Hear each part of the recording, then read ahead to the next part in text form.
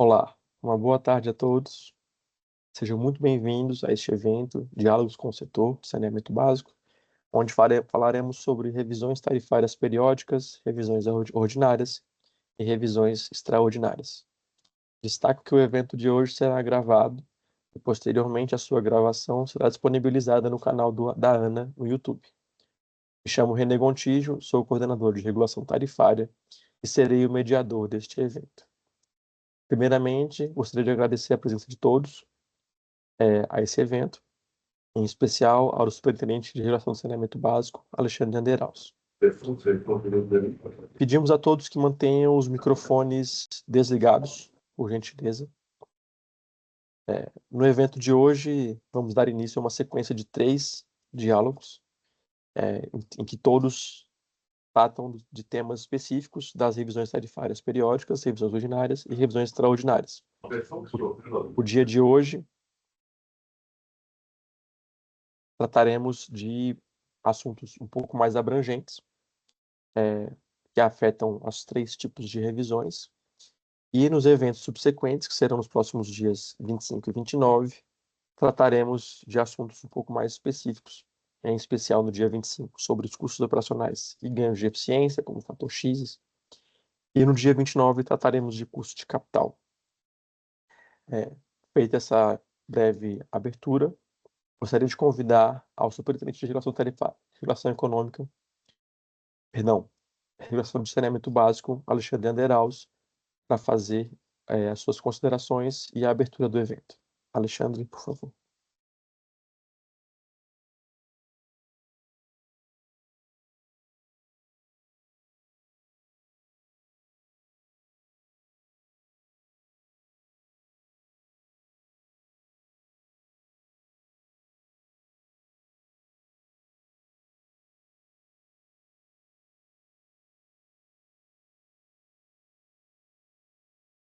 Alexandre, acho que seu áudio está no mudo. Não sei se eu estou ouvindo. Pronto, não tinha escutado nada, né, Renê? Não, agora está. Eu estava com aquela bolinha apertada, então desculpem a todos.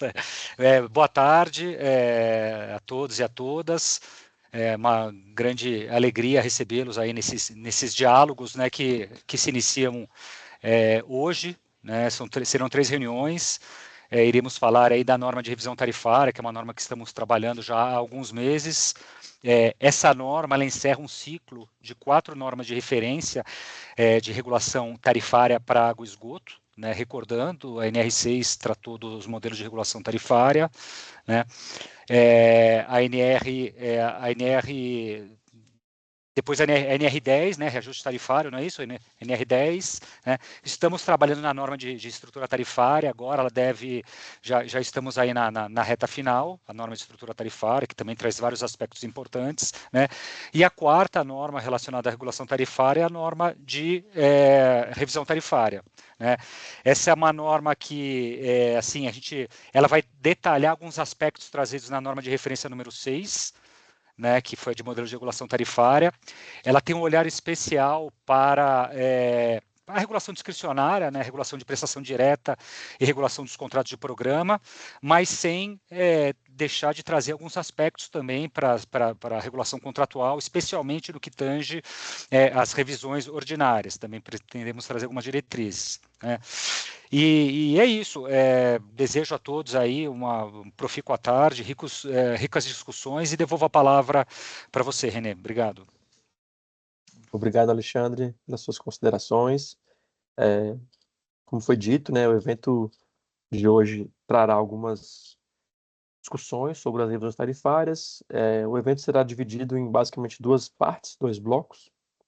Na primeira etapa, a gente vai fazer uma breve apresentação. Quem vai conduzir a nossa apresentação será da nossa consultoria da sigla Sul, representada pelo Rafael. Rafael pode se apresentar também. E Boa tarde a todos. obrigado, Rafael. E em breve, e a segunda etapa do evento, nós faremos a abertura para discussões e perguntas. Então, a proposta é que nós possamos debater experiências, trocar percepções identificar eventuais lacunas no que está sendo abordado aqui hoje na regulamentação e aprofundar os diálogos justamente com o setor, para que nós possamos coletar mais subsídios para embasar a proposta de norma de referência que está hoje em construção. Então, feitas essas considerações iniciais, eu destaco novamente que as perguntas sejam feitas ao final da apresentação do Rafael, e eu passo a palavra, então, agora ao Rafael para fazer a sua apresentação. Rafael, por favor. Obrigado, René. Boa tarde a todos e a todas. É um prazer estar aqui nesse primeiro encontro relativo à norma de referência sobre revisões tarifárias. Como o René colocou, eu preparei uma breve apresentação, tá? A apresentação específica desse encontro, mas para cada um desses encontros a gente vai ter essa lógica de fazer uma breve apresentação sobre os temas que vão ser tratados em cada reunião. É importante, né, trazer o contexto, né, de onde surge essa norma de referência. Por razões históricas, no Brasil existe uma multiplicidade de entes reguladores, de normas e padrões e conceitos para a prestação do serviço de saneamento. Então, a gente estima, no levantamento da própria ANA, que sejam cerca de 109 entidades reguladoras infranacionais e quase 1.500 prestadores de água e mais de 3.000 prestadores de esgoto, segundo os dados do SNIS, que é o levantamento mais completo que se tem até o momento. Então, essa multiplicidade de prestações, diferentes abrangências, local, microrregional, regional e diferentes aspectos de controle, também empresas privadas, sociedades de economia mista, prestadores autônomos, junto com essa multiplicidade também de agentes reguladores, implica numa heterogeneidade muito grande na regulação. Então, essa norma de referência, né, nos termos do que coloca o novo Marco Legal de Saneamento, a Lei 14.026, visa justamente instituir diretrizes nacionais sobre os procedimentos e metodologias associados tanto às revisões tarifárias, sejam elas ordinárias, ou periódicas ou extraordinárias, e reequilíbrios tarifários, né, também entendido como um sinônimo de revisões tarifárias aqui. Trazendo um pouco do histórico, né, e onde que o evento de hoje se encaixa no processo de elaboração dessa norma de referência, houve, em dezembro do ano passado, a publicação da agenda regulatória da ANA para os próximos 2 anos, em que foi prevista, de fato, a elaboração da presente norma de referência, dessa que a gente está discutindo hoje. E hoje, né, na verdade, desde o mês de agosto, está aberta uma tomada de subsídios sobre o tema, que vai estar aberta até o dia 1º de outubro, estamos aguardando as contribuições de vocês, justamente para subsidiar a elaboração da análise de impacto regulatório, com as alternativas regulatórias que vão ser propostas em consulta pública futuramente, e auxiliar, após essa consulta pública também, a elaboração de uma versão final do ato normativo. Esses movimentos todos que estão sintetizados nesse fluxo, eles devem ocorrer ao longo do 2º semestre, seguindo, então, o que está previsto na agenda regulatória da ANA, na última agenda regulatória da ANA, publicada ao final do ano passado. Ao todo, essa tomada de subsídios sobre revisões tarifárias tem um total de 31 perguntas, é um total bastante grande, mas também ele é cabível, dada a complexidade, dada a abrangência do tema. E por isso que nós separamos esses encontros em 3 blocos. No primeiro bloco, que é o encontro de hoje, nós vamos falar de revisões tarifárias, tanto sejam elas ordinárias, periódicas quanto extraordinárias, mas também vamos falar um pouco de incentivos tarifários e do tema das outras receitas. Na quinta-feira já temos um outro encontro marcado com vocês, quando falaremos dos custos operacionais e do fator X e das receitas irrecuperáveis. E na segunda-feira que vem vamos falar dos tratamentos a serem dados aos custos de capital e às PPPs. Mas hoje, como o René mencionou, o tema são as revisões tarifárias, os incentivos tarifários e as outras receitas. Em particular, abordar e explicar um pouco o contexto subjacente por trás de cada uma das 7 perguntas que foram feitas sobre o tema. Então, o porquê se pergunta sobre a existência sobre a preferência de algum horizonte de análise, seja ele prospectivo ou retrospectivo, mais adequado a ser observado nas revisões tarifárias periódicas, o questionamento sobre a necessidade ou não de elaborar diretrizes sobre a duração dos ciclos tarifários no âmbito específico da regulação discricionária, uma vez que a duração já está normatizada, a duração da regulação contratual já está normatizada na norma de referência número 6, e ainda questionamentos sobre o compartilhamento de outras receitas com os usuários do serviço, o estabelecimento de diretrizes para os mecanismos de incentivo tarifário e ainda de diretrizes para as revisões tarifárias ordinárias e extraordinárias. Sobre o horizonte de análise do equilíbrio econômico-financeiro no âmbito da regulação discricionária, né, é comum que se tenham duas abordagens de análise. Uma que a gente chama de uma abordagem retrospectiva, ou backward-looking, que tipicamente usa um ano teste, que são 12 meses anteriores ao processo de revisão tarifária.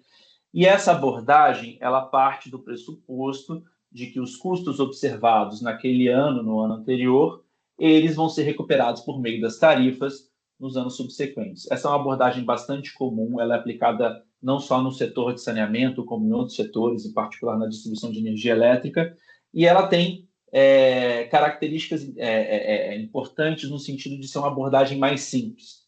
Por isso, ela é bastante abordada e pode ser, eventualmente, uma abordagem preferencial no âmbito das revisões tarifárias dentro do âmbito da regulação discricionária.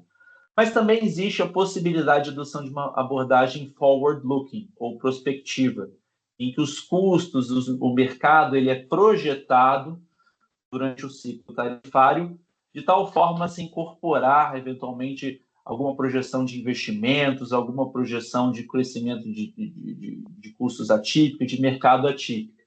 Então, a questão que se coloca é se há ou não a necessidade dessa norma de referência definir alguma abordagem preferencial, a forward-looking ou a backward-looking, ou ainda de não estabelecer uma abordagem preferencial, ou ainda de sequer abordar essa temática. E essa pergunta se põe muito pelos prós e contras, pelo trade-off que existe entre a escolha de uma abordagem ou de outra. Então, como eu mencionei anteriormente, na backward-looking, a tarifa ou receita de equilíbrio é estimada com base no ano teste, e essa abordagem ela ganha da forward-looking em termos de simplicidade, por não requerer projeções de custos e investimentos. Ela ganha também em termos de, talvez, de incentivos à realização de investimentos, porque os investimentos só são reconhecidos nas tarifas após a sua imobilização, e somente são reconhecidos também no âmbito das revisões tarifárias. Ela assume, no entanto, que para que funcione, de fato, mantenha o equilíbrio econômico-financeiro, que haja retornos constantes de escala no ciclo tarifário. Ou seja, que os custos marginais do aumento da demanda sejam arcados pelas receitas marginais do mesmo crescimento do mercado. Via de regra, isso pode ser verdadeiro, mas é uma questão que vale questionar e se colocar aqui no âmbito dessa consulta pública, é se diante da perspectiva de universalização dos serviços imposta pelo novo marco do saneamento até 2033, essa premissa ela é adequada ou não. Por isso que se pergunta e se vê também a possibilidade de se adotar uma metodologia forward-looking, em que pese que seja mais complexa por exigir projeções, por outro lado, ela pode, de fato, antecipar alguns recursos que sejam necessários à universalização dos serviços. Obviamente que essas projeções elas incorrem em erros, né? E quando adotada a metodologia forward-looking, há que se pensar também em mecanismos de compensação para que os usuários não sejam atingidos por projeções equivocadas. Um outro ponto que se coloca também no âmbito da regulação discricionária é sobre a duração dos ciclos tarifários. Então, no questionário da tomada de subsídios, se menciona o parágrafo 2º do artigo 14, que já traz uma periodicidade preferencial para as revisões ordinárias dentro dos contratos de concessão. Então, essa periodicidade é de preferencialmente 5 anos. No entanto, não existe nessa norma, no atual regulamentação do serviço por parte da ANA, nenhuma escolha, nenhuma abordagem preferencial com relação à regulação discricionária. Então, o que essa pergunta tenta esclarecer e tenta colher contribuições da sociedade, dos agentes, é se há, de fato, alguma duração preferencial que possa ser normatizada. Poderia ser uma duração de 4 anos, poderia ser uma duração preferencial de 5 anos, ou ainda se cabe fazer esse tipo de pergunta, né, que é o que coloca as questões C e B da questão da norma de referência, do questionário para a elaboração da norma de referência. E aqui, sobre a duração dos ciclos tarifários, novamente a gente entra numa questão de um trade-off. Existe a opção de ciclos tarifários mais curtos, ciclos tarifários mais longos, cada um com suas vantagens e desvantagens.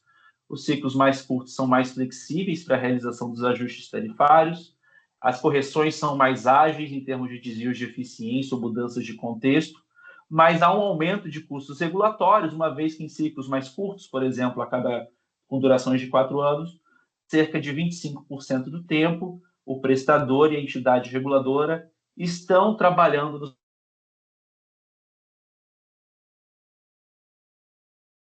Rafael, peço desculpas, acho que...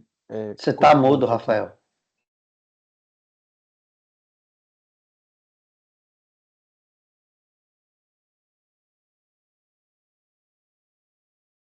Vocês escutaram... Acabei de ficar mudo? Eu não sei em que momento que eu fiquei mudo. Foi 5 segundos. 4 anos. Ah, tá. 4 anos. Tá ótimo. Então, ciclos mais curtos têm vantagens, mas também têm desvantagens, né? Há um aumento dos custos regulatórios e operacionais, uma vez que a cada 4 anos, né, há revisões tarifárias, no caso de um ciclo de 4 anos, ou seja, 1/4 do tempo se discutem tarifas.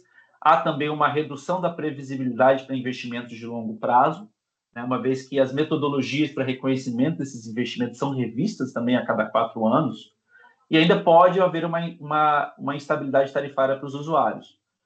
Por outro lado, ciclos mais longos têm como vantagem uma maior estabilidade regulatória, com regras do jogo que mudam com menos frequência ao longo do tempo, uma maior previsibilidade para o planejamento para os investimentos, em contraponto ao que ocorre nos ciclos mais curtos, e ainda uma redução da frequência da realização desses processos regulatórios, que são complexos e custosos. Mas tem desvantagens, como o risco de desatualização das premissas econômicas ou técnicas, que podem perdurar ao longo do ciclo tarifário, a menor capacidade de resposta da agência reguladora, da regulação como um todo, a desequilíbrios ou a novas demandas, e ainda pode perpetuar ineficiências operacionais. No fundo, o que essa pergunta da tomada de subsídios busca esclarecer é se há uma duração intermediária que consiga contrabalançar os benefícios de uma ou de outra abordagem e qual é essa duração intermediária desejável. Sobre outras receitas, a pergunta lembra o que o artigo 6º da norma de referência número 6 traz. O artigo, em particular, menciona que há 3 fontes de receitas para o prestador de serviços: as receitas tarifárias, as complementares e as adicionais, sendo essas complementares e adicionais conhecidas como outras receitas. Considerando isso, e considerando que, pelo menos em parte, os custos da prestação desses serviços associados a outras receitas já... Ficou no mudo de novo, Rafael.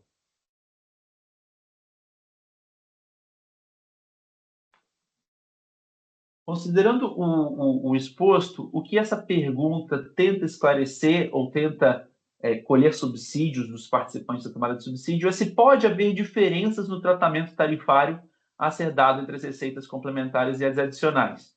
Então, se coloca algumas opções, como, por exemplo, um compartilhamento mais elevado das receitas complementares, uma vez que essas receitas que são relativas a prestações de serviços diretamente associados ao serviço principal de água e de esgoto, já estão em grande medida esses custos incorporados às tarifas.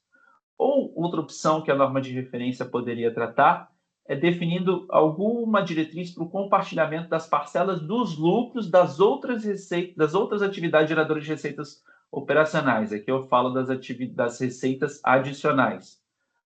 Ainda poderia não tanto abrir em receitas complementares e adicionais, mas traçar diretrizes gerais para a definição dos percentuais de compartilhamento, como, por exemplo, o risco da atividade desenvolvida, o volume da receita gerada, o grau de desvinculação da atividade em relação aos serviços regulados, ou ainda sequer tratar do tema.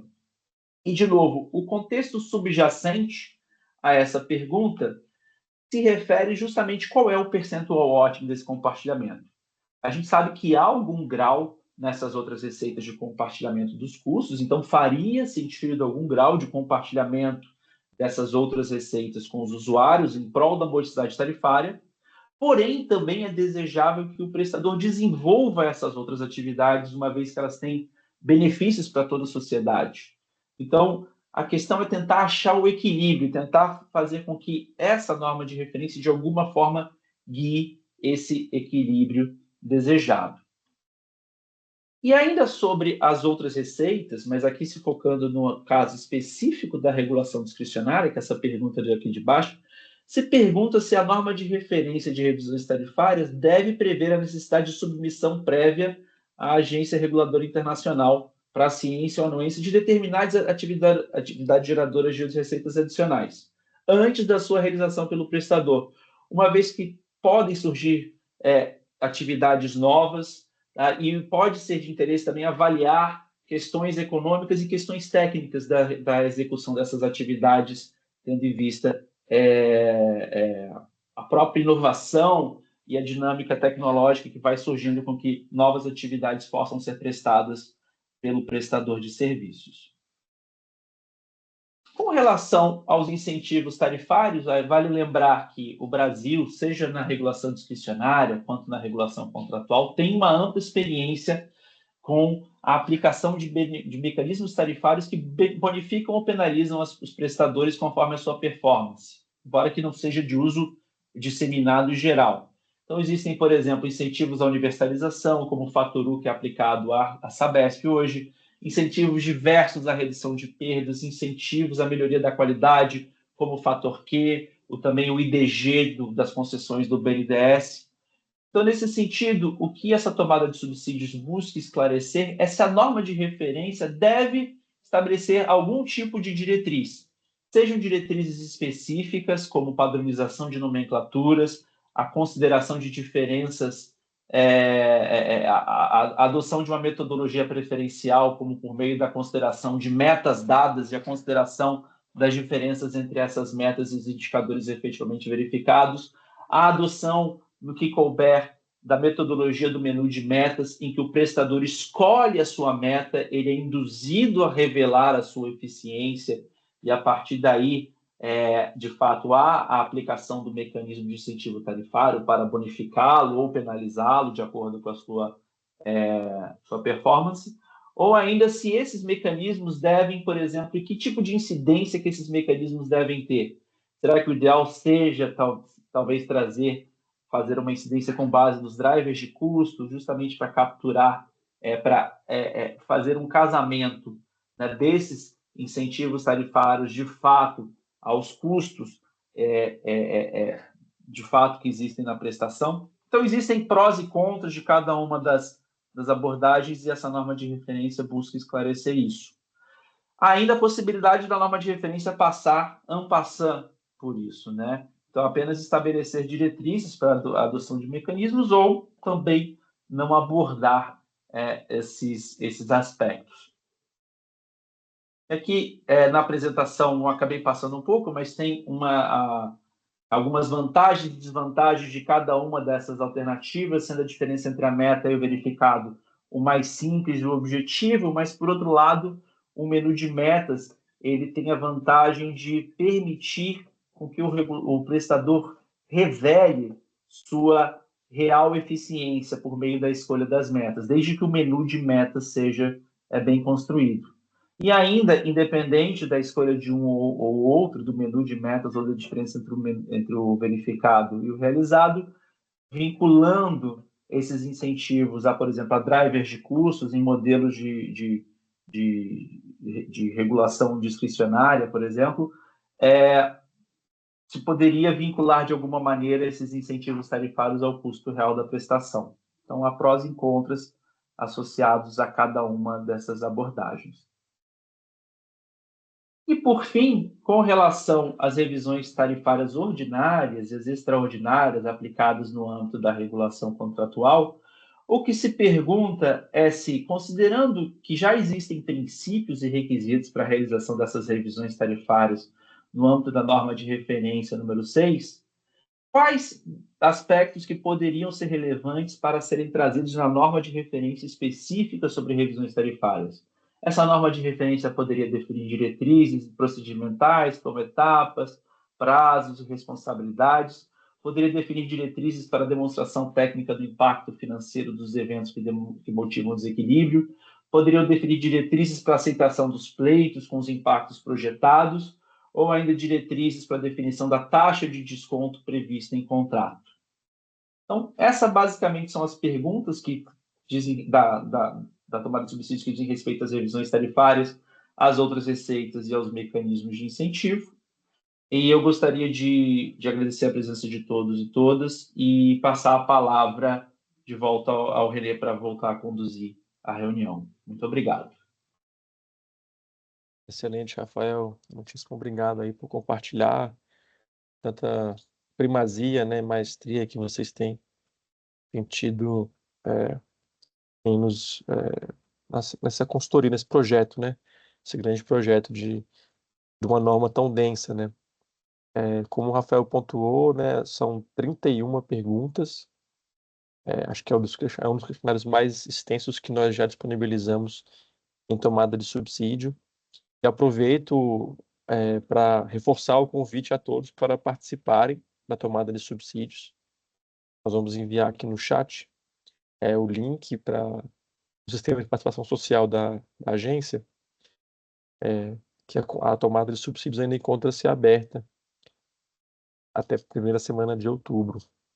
Então, reforço aqui o convite para que todos possam contribuir com essa tomada de subsídios. Bom, feita esse primeiro bloco, né, um pouco mais expositivo, de qual que era o pano de fundo das discussões que levaram à consolidação desse questionário, um detalhamento um pouco mais genérico dos dilemas que nós enfrentamos e que nós queremos coletar as percepções dos atores. A gente queria abrir aqui o espaço para discutir, para debater, sanarmos eventuais dúvidas, para trocar experiências sobre os temas que foram apresentados aqui pelo Rafael. Então, eu vou deixar aberto aqui. Podem usar a ferramenta de levantar a mão. Eu acho que facilita aqui o nosso controle, para a gente poder iniciar as discussões. Já temos aqui uma mão levantada. Belarmino Elias. Boa tarde, Belarmino. Peço que se apresente brevemente e a palavra está contigo. Obrigado. Olá, Renê, muito obrigado. Rafael, antes de mais nada, manda um abração lá no Seba. Seba continua no Brasil? Continua. Minas Gerais? Mando sim. Não, Sebastião mora em São Paulo. Mudou a vida. Só para, aproveitando o gancho do Sebastião, meu nome é Belarmino e hoje eu trabalho há uns 20 anos já na consultoria Abdo Heller e Associados. E quem somos nós? Só para fazer o link. A gente estava na ANEEL quando a gente implantou pela primeira vez essa regulação que está sendo tratada pela ANA. E aí a gente teve muitos embates com o SEBA da sigla Sul. E eu queria, René, parabenizar a forma como vocês estão tratando não só esse tema, como todos os outros, com as normas de referência, que é uma tentativa de uniformizar, que veio lá a partir da lei de 2020, e é uma tentativa de dar uma certa uniformização para tentar fazer atratividade e tudo mais, frente aos desafios que o saneamento enfrenta no Brasil, né? Saneamento, infelizmente, é uma das maiores vergonhas brasileiras, e a gente que milita nisso, a gente tem que tentar fazer o maior esforço. E Renê, a gente vai fazer a contribuição. Agora, como essa é um caráter, essa parte é de caráter genérico, e aí, assim, qual é a nossa vivência, né, da revisão, da regulação de um monopólio, como é o caso do saneamento, assim como do gás, que a gente também tem experiência, energia elétrica e tudo. Existe assim uma vontade danada da gente quando está modelando, quando a gente está especificando.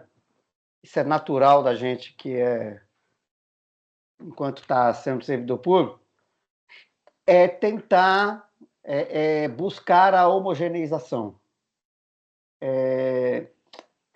Entretanto, assim, a nossa experiência, né, da consultoria e do próprio Rafael aí, que certamente também trabalha muito no setor elétrico e outros, um país cujas concessões são tão heterogêneas, desde a titularidade, é verdade, mas nos desafios, né? Você tem a Sabesp, mas você tem lá a Copanor, que nós estamos falando, a Copanor, a distribuição de água é 10%. Não é a discussão não é esgoto, a distribuição de água está em torno de 10% e distribui carro-pipa e tal. E ao passo que você tem concessões, por exemplo, ao Espírito Santo, que já está 70% universalizado de esgoto. Água acima de 90% já. Você é um risco muito grande se tentar criar essa uniformização. Em que sentido? Não é prudente tentar se alcançar a uniformização, por exemplo, nos métodos. Isso engessa muito a ponto de você chegar num caso concreto e aquele método ele não se aplicar, né? Assim, um exemplo se vivenciou na CESP no gás, que teve lá o OC, que vai ser discutido semana que vem, né? Mas já adiantando, se você observar lá a metodologia do gás, se observou que houve um descolamento lá no CAPM. Aí é que eu quero trazer o método CAPM tradicional, que se faz lá o CAPM americano. Quando se observou, no período da pandemia, se houve um descolamento, uma descorrelação, na verdade, assim sendo mais preciso, houve uma descorrelação entre as variáveis americanas, lá do beta, do prêmio de risco de mercado, ao custo efetivo capital brasileiro. Então, se precisou, né, conforme se observa lá na metodologia do gás Lago, que foi homologada ano passado, se precisou se utilizar de outros métodos complementares. Então, assim, o que é o mais importante na nossa visão? É tentar estabelecer os princípios. O que são os princípios? Princípio do benchmark, por exemplo. Esse tem que ser um princípio. O princípio da comparação, de sempre buscar comparação, isso tem que ser. Agora, no nível de qual princípio, aí de qual método, de qual escolha, a gente entende, assim, a experiência mostra, esse é um caso que a gente acabou de te contar, que ele pode engessar e, consequentemente, dar uma medida equivocada. Discutir qual variável deva fazer parte das modelagens. A gente também acha que não é uma questão prudente. Estabelece os princípios. E uma coisa que é importante aí, Rafael e Renê, acho que vale a pena voltar à questão do forward-looking, né? O setor elétrico, ele não é forward-looking, né? Ele é back-looking, né? Só que o setor elétrico ele tem uma particularidade para fazer o comparativo com o saneamento, para fazer a justificativa de você olhar para frente. No setor elétrico, você tem um setor muito mais universalizado, né? Assim, e quando não foi universalizado, e naquilo que não foi universalizado lá, que foi o programa do Luz para Todos, ele foi tratado de forma apartada. Então, é como se eu tratasse a indústria de regime como já em steady state, né? Em regime, e o Luz para Todas eu fui tratando quase que, não exatamente, mas como de maneira apartada, que era quase que, como se fala no saneamento, tendo uma compensação por meio de compensações, assim. No saneamento, e aí é que eu acho que é importante a discussão, dado que a gente tem uma janela de obrigação de universalização e a experiência mostra que o custo é crescente, que custo? O custo por ligação, ele vai ser crescente, e mais do que crescente, ele é incerto. O que quer dizer um custo incerto? À medida que você vai andando, é que você vai descobrindo qual é a próxima milha, o próximo quilômetro que eu vou universalizar. Então, talvez nesse contexto, o forward looking seja o melhor, porque ele permite fazer uma análise por meio de um fluxo de caixa bem detalhado. Importante também, essa é uma coisa que é importante, que é uma experiência que o saneamento tem. E essa experiência, eu acho que para esse momento, a gente acha, ele é adequado.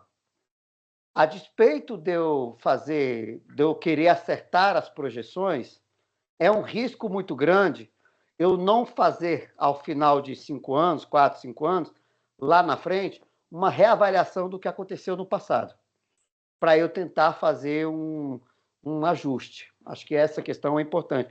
Pelo menos nessa janela até 32, Renê. Ela, até 32, em nome do bem maior, que é o grande desafio dessa universalização, a gente deve, na nossa opinião, buscar mitigação de risco para os dois lados, em prol de alcançar esse enorme desafio que é investir. Então, a gente entende que é fazer prospectivamente, mas lá no final, algum ajuste, vamos dizer assim, do que foi retrospectivo, com o intuito da gente fazer uma mitigação de risco. Seriam essas questões gerais aí, Renê. Excelente, Belarmina. Agradeço aí as contribuições riquíssimas e concordo com basicamente tudo que foi dito, assim. Eu acho que um grande desafio que a gente tem tido, todas as normas de referência, não só nessa, é definir em qual escala da régua de padronização a gente vai tentar encaixar cada aspecto, né? Esse é um maior desafio que a gente encontra. A gente tenta segmentar as temáticas, né? Então, como a gente fez aqui, né? Horizonte temporal, ciclo tarifário, análise de eficiência, e ver dentro de cada temática em que ponto que a gente pode posicionar essa padronização, porque em cada elemento você vai ter riscos e vantagens, e desafios e oportunidades, e como você muito bem pontuou, assim, o setor ele é muito pulverizado, né? A gente tem a regulação muito fragmentada, então eu acho que no mundo ideal, a gente tentaria padronizar até o limite que fosse possível, mas ainda assim não conseguiríamos padronizar 100%. É impossível. A gente não conseguiria abarcar todas as particularidades locais. Então, isso sempre é muito levado em consideração, assim, porque a gente também não quer atropelar a própria autonomia do regulador local, que é quem conhece a realidade, né? Enfim. Sobre essa questão do horizonte temporal, a gente também tem debatido isso, né? O Rafael também pontuou sobre, no caso do saneamento, né? De que talvez alguma preferência para o modelo forward look, né? De projeção de investimentos, fosse ser interessante, ou quem sabe uma abordagem, talvez como foi feito na Sabesp, em que você tem análise backward looking, né, do que foi efetivado, só que com incorporações daqueles ativos anualmente. Não sei, é uma possibilidade também, só que isso impõe um custo regulatório muito maior, né, para o regulador, mas você também você mitiga outros riscos, né, que é do prestador não arrecadar aquele valor antecipadamente e às vezes não executar aquele investimento no período correto, né? Então, essas análises, estamos aqui justamente para debater, né, para ouvir. René, só pegando, para não perder o gancho, que a conversa tá boa, assim, um depoimento de quem trabalha com os agentes também. Se você garantir de alguma forma, no próxima revisão tarifária, alguma maneira de reconhecer o ativo regulatório para trás,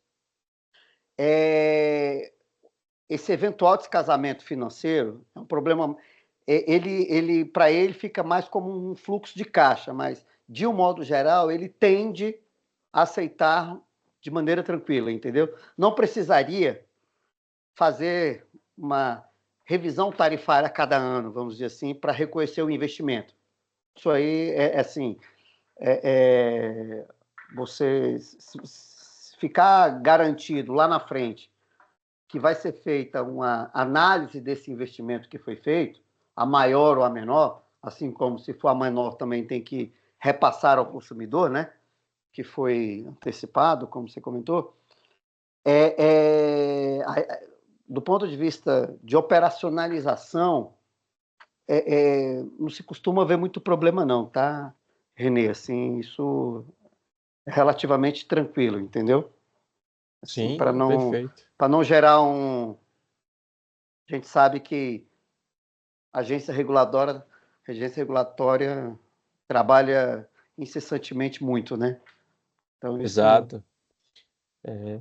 Não, perfeito, Bernardino. Abro também aqui, novamente, né, espaço para demais participantes que tiverem algum interesse de fazer alguma contribuição, manifestação, troca de experiências, dúvidas. Aproveitar aqui o tema, a reunião de todos.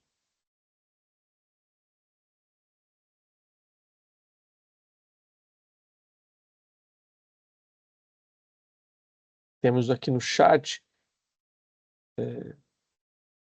Cat, se quiser fazer uma contribuição oral também, fazer uma rápida exposição, sem querer jogar na fogueira. Não, tranquilo, Renê, boa tarde a todos, estão todos me ouvindo? Sim. Me ouvindo, Renê?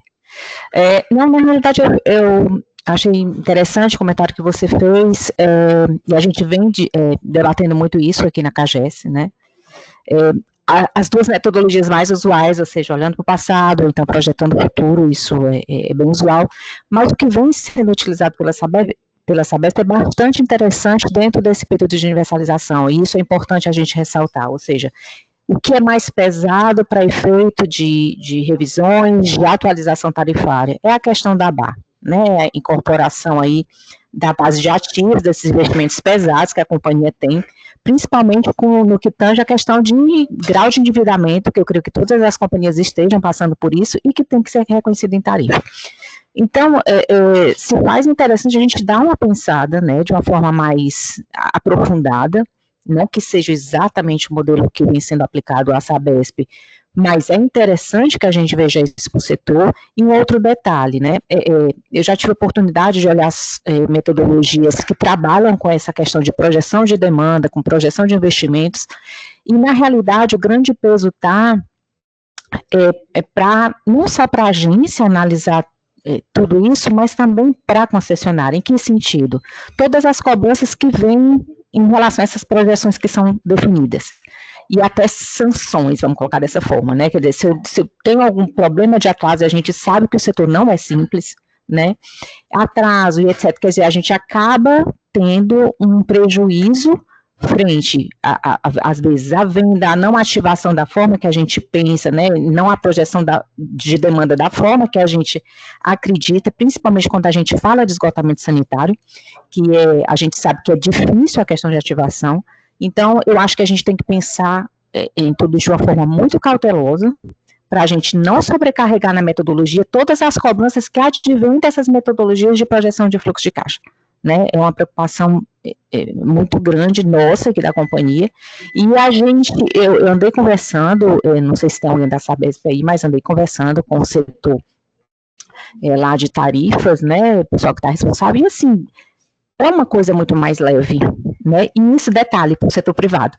Então, assim, será que a gente pode trazer isso para a gente também, né, do setor público, quer dizer, trabalhar com uma coisa mais leve dentro de uma série de exigências que já são gigantescas para o setor, e a gente trabalhar de uma forma mais leve que possa ser reconhecido de uma forma mais tranquila e mais fácil, até tanto para a agência como para a concessionária.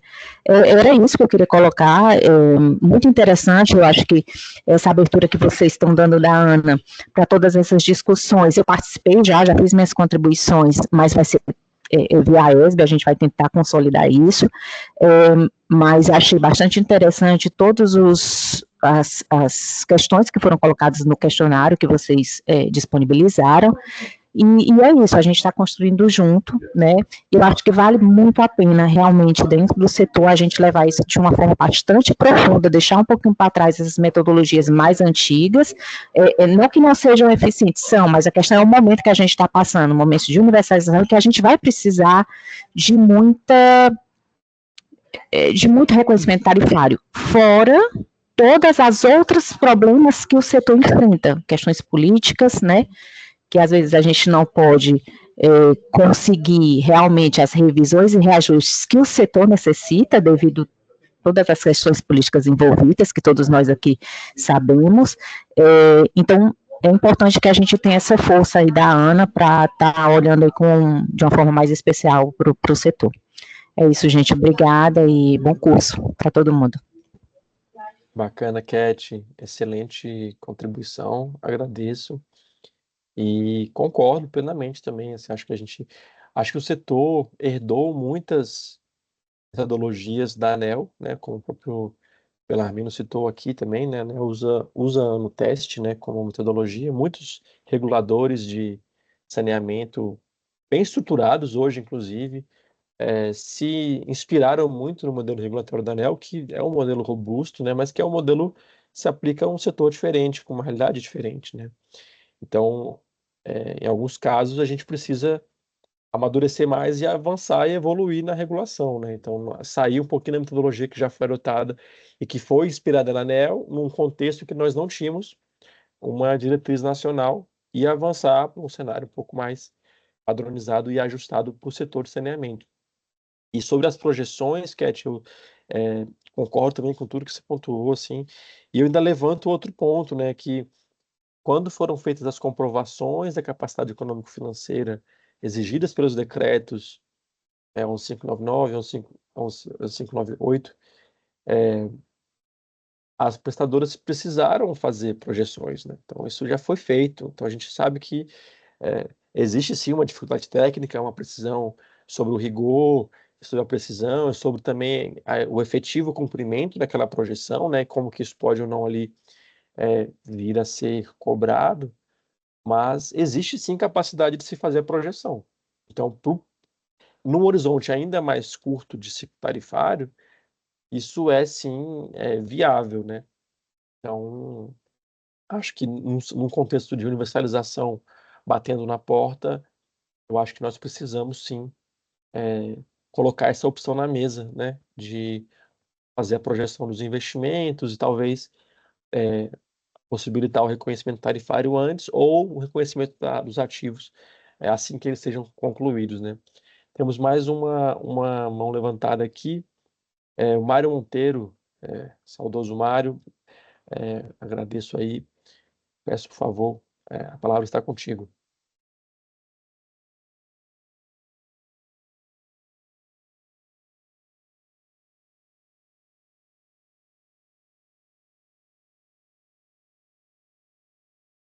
Mário, acho que você está no mudo ainda, se puder também abrir a câmera, se possível.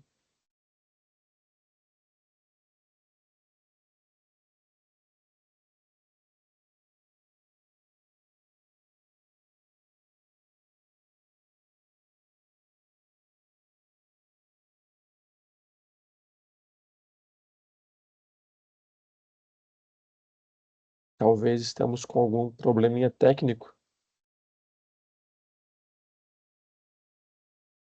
Bom, eu vou abrir aqui, enquanto o Mário vai, talvez, ajustando alguma questão técnica ali.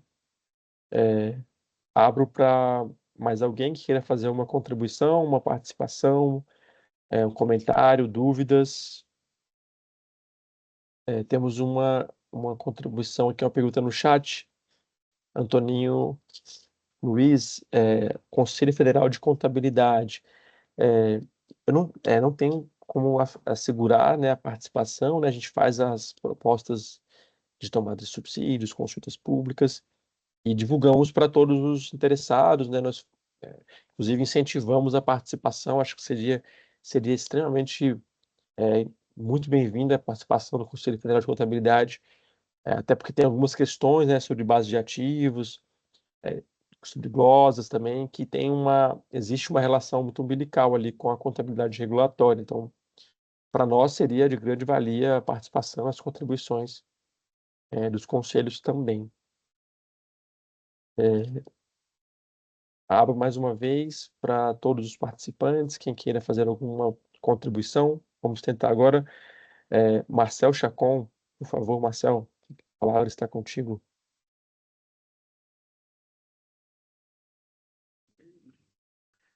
Estão me escutando bem? Estamos ouvindo. Boa tarde, pessoal. Minha contribuição seria mais no sentido de mostrar essa questão da regionalização, né? Hoje aqui a gente convive com micro-região de abastecimento de água e esgotamento sanitário e a micro-região está caminhando para uma tarifa única, né? Assim, a gente está tendo algumas dificuldades na tratativa entre as agências reguladoras, que tem uma agência municipal e tem uma agência estadual, né?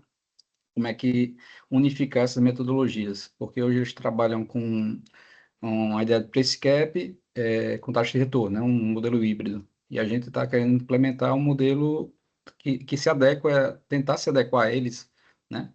Mas também tem essa ideia de que a gente vai estar no primeiro ciclo tarifário ainda, a gente como a CEP, né? Aqui no estado do Rio Grande do Norte. Então, como é que, eu não vi, né? Como é que a norma estaria tratando essa ideia da unificação de metodologia por agências num modelo regionalizado? Tentar ver isso.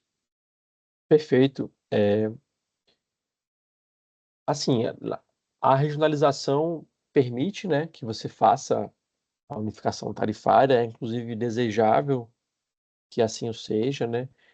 E você tendo a prerrogativa da titularidade sendo exercida pela instância, a estrutura regionalizada, você pode fazer a sua projeção de mercado, a sua projeção de receitas, toda a sua revisão tarifária como um todo, né, o pacote completo, para toda a área da concessão, né, toda a área da regionalização. Então, a gente não deu um tratamento, não tem uma pergunta específica para situações de regionalização, mas no nosso entendimento não teria uma diferença significativa de tratamento. pelo que eu falei, assim, você pode, a titularidade está sendo exercida pela estrutura de governança regionalizada, então você pode partir das mesmas premissas como se fosse um único titular, né? Essa questão do único titular, a gente entende que é dessa forma, mas como existe dois entes reguladores trabalhando nessa ideia, no caso, três aqui no estado, né? Um deles aceitou trabalhar junto com a gente e o outro está dizendo, olha, eu calculo a minha própria TR, né? O meu próprio índice e apresento para vocês. E vocês vão aceitar ou não aquilo e tentar unificar. Mas eu entendo que seria de uma maneira diferente, né? A gente entraria num pleito tarifário onde as duas agências analisariam o mesmo pleito e dariam mesmo um resultado único, né? Então, nesse caminho, como é que a gente iria seguir? Um faz uma análise, outro faz outra, joga para microrregião e microrregião o colegiado da microrregião iria jogar isso para frente, ou a gente trabalharia junto, aprovaria a tarifa junto e a microrregião só homologaria aquela tarifa, né? Eu Ah, penso que perfeito. seria assim. Agora ficou mais claro para mim. Então, seria o caso de você ter mais de um regulador, né, para na mesma área de regionalizada, né? Esse caso ele é complexo mesmo, Marcel. Assim, a gente não tem uma definição legal que obrigue um único regulador, apesar disso ser, né, muito mais desejável que você tenha um unificado, porque você consegue fazer a regulação tarifária unificada, enfim, se articular. Mas, assim, nessa norma de referência, a gente pode.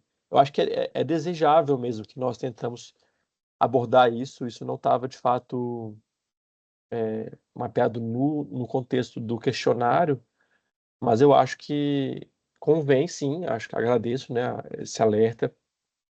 Eu acho que a gente pode colocar algum dispositivo de que haja algum tipo de consenso, né? Porque senão se torna mais um fardo regulatório do setor, para o prestador, né? Para todos os envolvidos, até para os próprios reguladores que estão ali tendo que discutir se vai ser 1, 3, 4%, né? A gente pode determinar algum aspecto de algum prazo de consensualidade, enfim.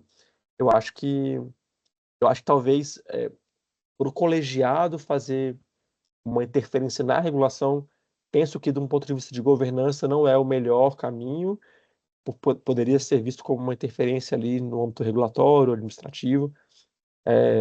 Isso deveria, na minha visão pessoal, se manter no âmbito regulatório, mas a gente tem que sim pensar. Eu agradeço a provocação, Marcelo, vou até conversar aqui com como que a gente pode endereçar isso, sim, nessa situação.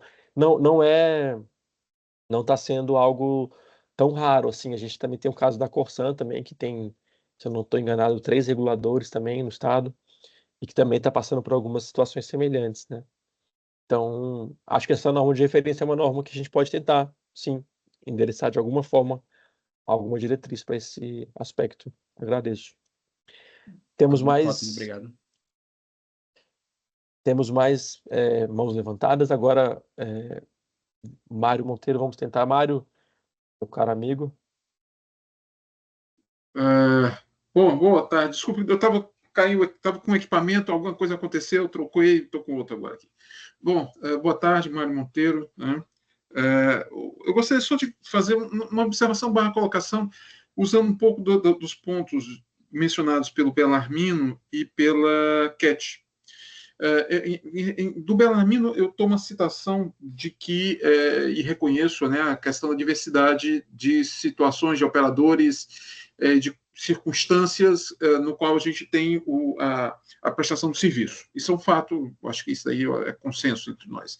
E da Cat, com quem, né, eu travei embates ao longo de 20 anos, né, na minha antiga condição de regulador, com a condição de operador dela, e faço uma observação que acerca da existência de, digamos assim, passivos não oficiais, passivos oficiosos,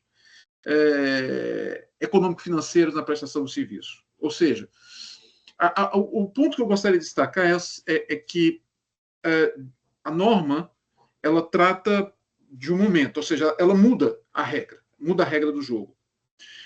Mas me preocupa como é que vai ser a transição do cenário atual para um cenário regrado, em que há situações, como o Bellarmino colocou, de diversidade, de condições de prestação, e como a Cash colocou, há um potencial de situações não resolvidas no passado, ou situações empurradas para o futuro. Tá? O que pode, num determinado momento, se chocar com uma norma que como se, é uma norma para um restart. Só que não vai ser um restart limpo. Existe uma série de, digamos assim, o passado ainda existe, tá certo? Ou seja, é mais ou menos um casamento novo, só que o parceiro antigo traz uma bagagem de filho, ex-cônjuge, família do ex-cônjuge, você tem que resolver tudo isso numa nova vida. Tá? Então, como é que você está se imaginando, nesse contexto, a questão da transição? Isso considerando ainda também o fato de que o repasse muitas vezes não pode ser feito por conta da questão da capacidade de pagamento do usuário. Tá certo? Sem falar de tarifa social, que ainda vai ter um embate, ainda, né, uma questão de reequilíbrio potencial muito grande disso. Como é que vocês estão imaginando essa mudança de cenário, essa transição? Ou seja, algum tipo de acomodação desses passivos ou dessas contas inacabadas ou não reconhecidas no passado? Como é que se imagina dar o tratamento para isso? Obrigado aí. Excelente, Mário. Ótima colocação, como sempre. Bom, assim, de forma bem objetiva, assim, eu acho que é necessário que você passe a régua, né? Então a gente precisa colocar tudo num grande fluxo de caixa, avaliar, colocar as pendências também. Então, o que tiver de passivo, talvez reestabelecer, né? Seria, entre aspas, renegociar a dívida, você jogar num fluxo novamente, estabelecer novas condições, novas metas, e você conseguir, então, projetar junto com todos os investimentos que estão sendo ali considerados, caso haja essa migração, né, para um modelo ali de projeção. E eventuais penalidades, né, por descumprimentos, enfim, qualquer que sejam, que já estejam ali comprovadas, eu acho que você consegue também fazer uma avaliação regulatória ali de um peso, de uma avaliação de se cabe ou não, uma penalidade ou não, enfim. Mas eu acho que, basicamente, na minha visão, né, não sei se Rafael quiser também complementar algum aspecto nesse sentido, mas eu pensaria em renegociar, né? Então vamos reestabelecer todas as condições já pactuadas anteriormente para o futuro. Vamos jogar para esse fluxo novamente, vamos incluir aquilo que não foi executado e reconstruir esse novo fluxo de caixa. Eu fiz essa colocação muito em função da questão da acomodação do impacto disso nas contas. Porque, em alguns casos, são impactos significativos, que a conta não acomoda. E aí, isso é um problema. A minha preocupação mais é do ponto de vista de como acomodar isso, e até colocando o que a Cat colocou, da situação das possibilidades político-institucionais de tais ajustes. Em algumas circunstâncias, isso vai, por renegociação, não sei como é que. Não sei se é só uma renegociação pura e simples acomoda, mesmo ao traduzir no primeiro momento, em termos de valor, essas situações, talvez o impacto seja, no nosso mundo real, difícil de acomodar. Tá? E aí, algum tipo de transição para fazer alguma. Para não desmoralizar a regra, tá certo? Ou seja, ter uma regra muito estrita, muito apertada, e situações que o sujeito diz, não cumpre a regra, vamos encontrar aqui uma solução de compromisso. É sempre bom dar uma margem, uma folga para poder acomodar algum tipo de situação, pelo menos num período de transição. Porque se fizer uma norma muito estrita, pode dar problema. É só essa colocação. Mas, de qualquer forma, obrigado. Não, perfeito, Mário. Eu acho que a grande questão desse trade-off, né, é quem vai pagar a conta, né? Se vai ser a companhia via uma alavancagem, um financiamento, ou se vai ser o usuário via tarifa antecipadamente, né? Eu concordo contigo. Às vezes, se a gente projetar para um ciclo de 4 anos, vamos supor, um volume de investimentos muito elevado, como está previsto para a universalização, em estados com déficits muito elevados, colocar tudo no consumidor, essa tarifa vai explodir. Pode ser inviável, eu concordo. Eu acho que também cabe uma avaliação de sensibilidade nesse sentido, né? Então, foi feita a análise de capacidade econômico-financeira dos prestadores neste contexto. Então, se pensou, bom, qual que é a regra do jogo hoje? É uma regra em que o prestador precisa se financiar via captação de empréstimo. Então, teoricamente, se ele está atestado, ele conseguiria. Agora, a que custo, né, esse capital vai ser financiado, né? Assim, a gente tem um setor já está extremamente alavancado, as empresas estão alavancadas. Então, talvez seja o caso, como você citou, uma transição gradual, uma acomodação, você faz o financiamento via tarifa, também uma parte via empresa.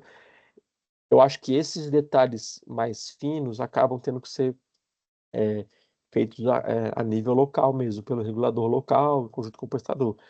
Mas eu acho que a norma trazendo essa diretriz, né, em situações em que você tem um elevado déficit de atendimento, projeções muito elevadas de investimento, talvez uma sugestão, recomendação de que faça uma migração gradual ali para um modelo de projeção de investimentos forward-looking, pode ser salutar, né, como a gente já debateu aqui, mas eu acho que suas ponderações são valiosíssimas e devem sim estar sempre em consideração. Queria também agora convidar mais uma vez a Cat para levantou a mão para fazer mais uma intervenção. Cat.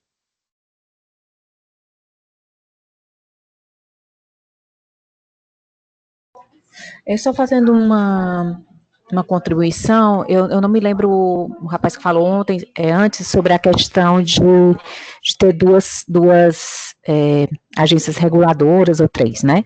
O que acontece especificamente no estado do Ceará? A gente possuía, até então, vamos colocar assim de uma forma assim, as mais representativas era a CEFOL e a ACE, tem algumas outras pequenas, mas as mais representativas essas duas. E na formação da microrregião, foi definida pelas micro-regiões, foram 3 micro-regiões formadas, que a ACE seria a agência que iria representar, justamente com o intuito de se manter uma tarifa unificada para todo o Estado, seria a agência a representar essas 3 micro-regiões. Então, isso ficou definido em lei, tá certo? Dentro disso, a CEFOL ainda se mantém, no caso, regulando Fortaleza na parte de fiscalização e etc., mas ela é como se fosse um convênio. Ela tem um convênio interno com a agência reguladora, até agora mais recente, onde ela é remunerada por isso, né? E essa remuneração, na realidade, a ACE, ela responde por 100% dessa remuneração, só que 30% desse 100% é repassado para a CEFOL como se fosse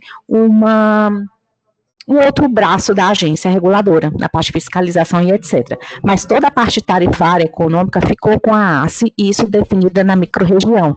Então, de repente, é uma forma, justamente com o intuito de se manter uma tarifa unificada, foi feito isso através de lei. Então, pode ser que essa seja uma solução, né, para os entes que têm essa problemática em relação a ter várias agências reguladoras, e essa questão de não ter essa unificação tarifária. Acho que essa é uma solução, foi essa que a gente encontrou aqui no Estado. Excelente, Cat.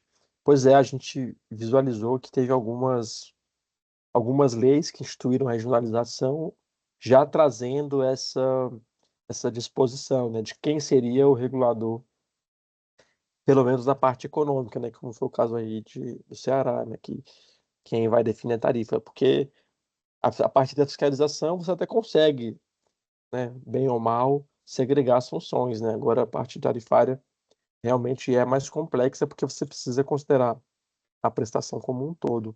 Essa, de fato, é uma solução jurídica simples e efetiva, né? Se a lei que institui a microrregião também instituir qual seria o regulador oficial, vamos dizer assim, para a regulação econômica daquele prestador. assim, né, em termos de norma de referência, a gente não tem muita prerrogativa para tentar interferir, o que a gente fica mais na parte de princípios, né? Mas em termos de diálogo, assim, a gente tenta sempre conversar e sensibilizar também, né, os atores sobre a importância de que a legislação de microrregião seja o mais eficaz possível, né?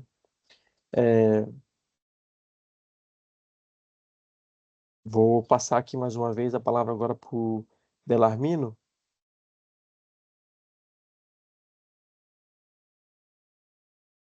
Desculpa a todos por estar falando muito. Com relação a esses passivos aí, que foi comentado pelo Marco, e aí eu acho que uma coisa que é importante que é assim, a parte econômica da tarifa é uma questão, então, procedimental. Depois a gente fala na questão. Do ponto de vista de procedimento, a gente acha que a tarifa ela deve estar muito preservada em dois componentes, assim, né? O componente econômico, e aí você pode ter a parcela gerenciável e não gerenciável, e aquela componente, uma componente financeira, que costuma, em alguns lugares se chama de parcela compensatória, conta gráfica, CVA, alguma coisa assim. A parcela econômica é aquela que você vai calcular o preço do serviço propriamente dito, o serviço estrutural, que é aquele que calcula lá na revisão, a base de remuneração, ou o forward look, ou backward look, mas eu estou calculando o preço daquele serviço. Esta parcela conta gráfica, financeira, tudo, ela pode ser usada para fazer os ajustes e encontros de contas de passivos e de tudo mais. Isso é fundamental não haver essa contaminação, porque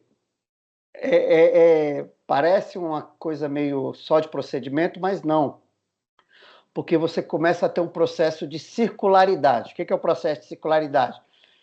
Vamos, em tese aqui, uma concessionária ela tem um direito de 10 milhões a receber referente a uma coisa de 5 anos atrás. Esse valor você tem que receber totalmente descontaminado de fator X e tudo. Por quê? Porque aquilo ali foi uma dívida, vamos dizer assim, apurada de 10 milhões. Eu incluo ela aqui. Eu boto ela aqui, então. Então, você tem que apartar ele e fazer lá o encontro para receber essa coisa.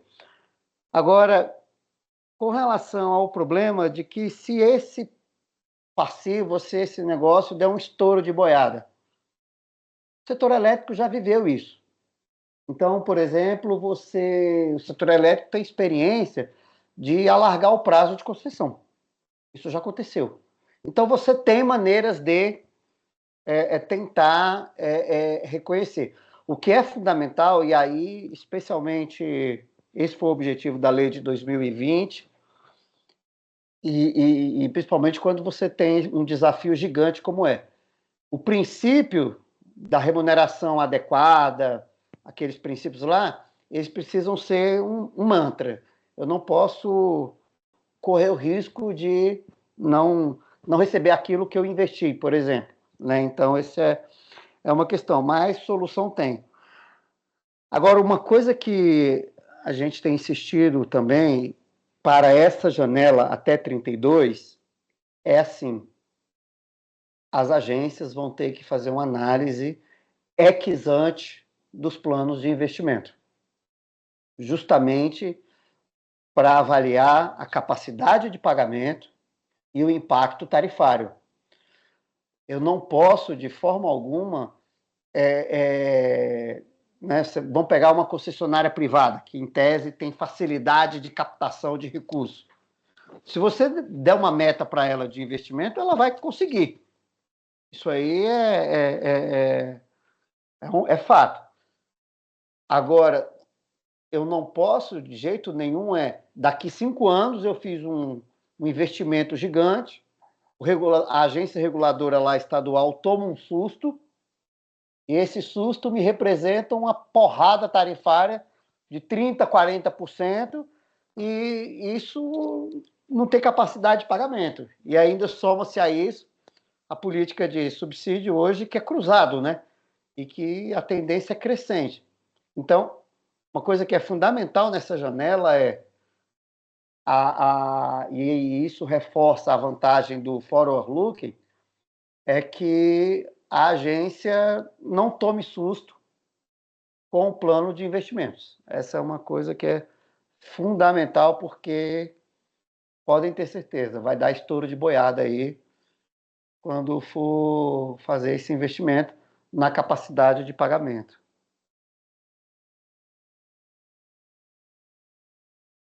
Excelente, Belarmino. Precisas as contribuições.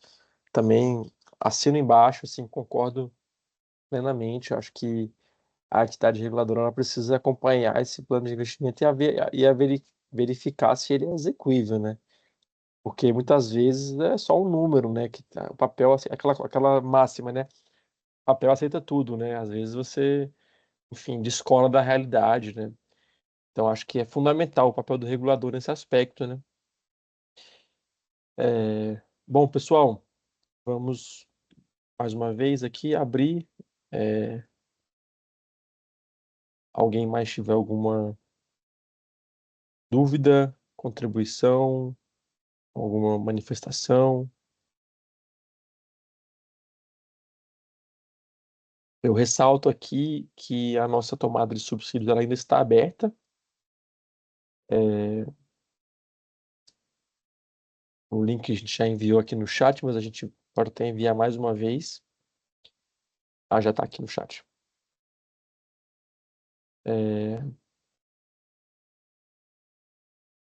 São 31 perguntas, né, no nosso questionário. Hoje a gente abordou de aspectos mais gerais, né, sobre horizonte temporal, ciclos tarifários, aspectos também de incentivos tarifários, né? Trouxemos aqui alguns aspectos também um pouco mais gerais. E nos próximos dois encontros, o próximo encontro a gente vai falar muito sobre custos eficientes, né? O que seriam os custos eficientes, análise de benchmark, fator X, né? Que são aspectos também que são centrais na relação tarifária. Como que a gente pode, talvez, tentar um modelo de regulação por incentivos para a prestação direta, se isso faria algum sentido ou não, né? A 11445 traz essa determinação, né, de que a regulação seja por incentivos, mas como que a gente vai incentivar, às vezes, né, o prestador que, em alguns casos, não consegue sequer cobrir os seus próprios custos, né? Então, como é que a gente, às vezes, vai falar sobre reduzir, aplicar um desconto na tarifa se o prestador, às vezes, não está conseguindo recuperar os custos, né, para investimentos, até às vezes até a operação e manutenção não consegue cobrir os custos.